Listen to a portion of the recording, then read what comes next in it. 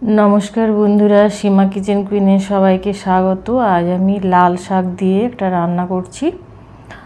प्रथमे आमी एक कड़ाई चापिए गरम करे निएछि, सर्षेर तेल दिए दिलाम बेश किछुटा।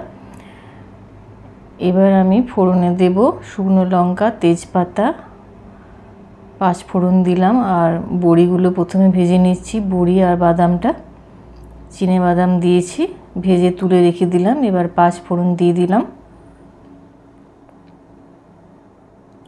प्रथमे आमी आलूगुलो भेजे नेब एकटू लाल करे।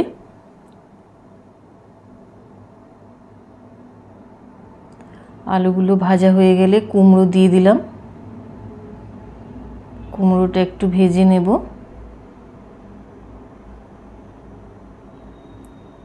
एरपर दिए दिलाम झिंगे और बेगुन केटे रेखेছিলাম, সেটাও দিয়ে একটু ভেজে নিয়ে তারপর নুন দিয়ে একটু ঢাকা চাপা দেব। এবার পরিমাণ মতো নুন দিয়ে কিছুক্ষণ ঢাকা চাপা দিয়ে রেখে এই রান্নাটাতে কোনো জল দেব না। এই নুন দিয়ে যেটুকু জল বেরোবে সেটাতে সেদ্ধ হয়ে যাবে। আর শাকটা যেটা দেব, শাক থেকে যে জলটা বেরোবে সেই জলেই রান্নাটা হয়ে যাবে। একটু ঢাকা দিয়ে রাখলাম। ঢাকা দিয়ে দিয়ে করব, তাহলে তাড়াতাড়ি সেদ্ধ হয়ে যাবে।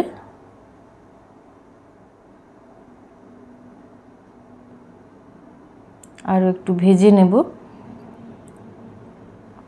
এবার আমি লাল শাক যেটা কেটে ধুয়ে পরিষ্কার করে রেখেছিলাম সেটা দিয়ে দিলাম। এবার আমি সবজিগুলোর সাথে মিশিয়ে নিচ্ছি। তারপর আবার একটু ঢাকা দেব আর দিয়ে দিলাম আদা, কাঁচা লঙ্কা বাটা, হলুদ গুঁড়ো,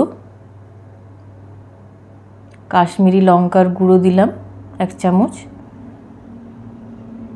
আর বড়ি বাদাম যেটা ভেজে রেখেছিলাম সেটাও দিয়ে দিলাম। এবার সবজির সাথে খুব ভালো করে মশলাটা মিশিয়ে নেব।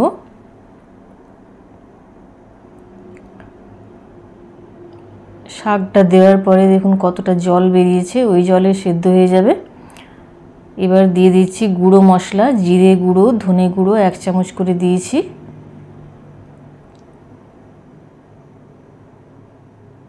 শাকটার সাথে খুব ভালো করে মিশিয়ে নেব।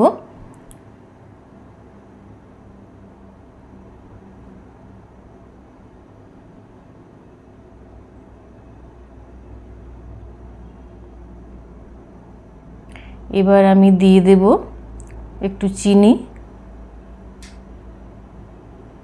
হাফ চামচ মতন চিনি দিয়েছি।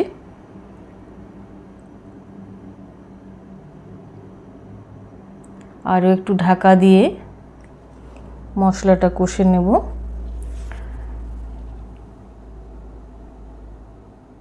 সবজিগুলো সব সেদ্ধ হয়ে গেছে।